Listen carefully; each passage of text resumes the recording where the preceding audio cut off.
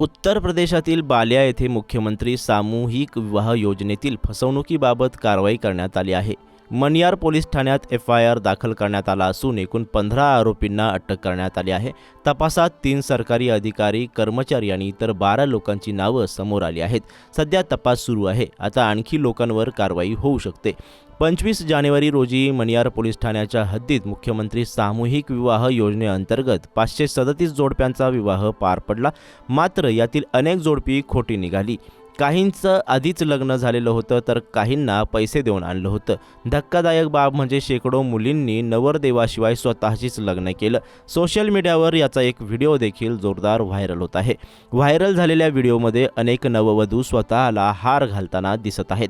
सामूहिक विवाह योजनेत अशा प्रकारे अपात्र जोडप्यांची नावे नोंदवून सरकारी पैसे वाटण्यात आले. हे प्रकरण उघडकीस आल्यानंतर बलिया जिल्हा प्रशासनावर बरीच टीका झाली. सपा प्रमुख अखिलेश यादव यांनी UP सरकारवर निशाणा साधला. त्यानंतर बलिया DMच्या सूचनेनुसार 30 जानेवारी रोजी FIR दाखल करण्यात आला.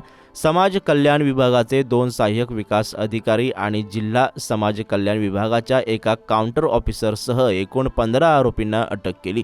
आणखी 2 अधिकाऱ्यांवरही निलंबनाची कारवाई करण्यात आली आहे. जिल्हा दंडाधिकारी रवींद्र कुमार यांनी सांगितले की या प्रकरणी 30 जानेवारी 2024 रोजी 1 अधिकारी आणि इतर 8 लोकांविरुद्ध FIR नोंदवण्यात आला होता.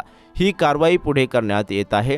जो कोणी भ्रष्टाचार करतो, मग तो अधिकारी, कर्मचारी असो किंवा इतर कोणीही असो, त्याला सोडले जाणार नाही. त्याच्यावर कडक कारवाई केली जाईल. सामूहिक विवाह योजनेत भ्रष्टाचार करणाऱ्यांवर अशी कारवाई होईल की ते जिल्ह्यासाठी उदाहरण ठरेल.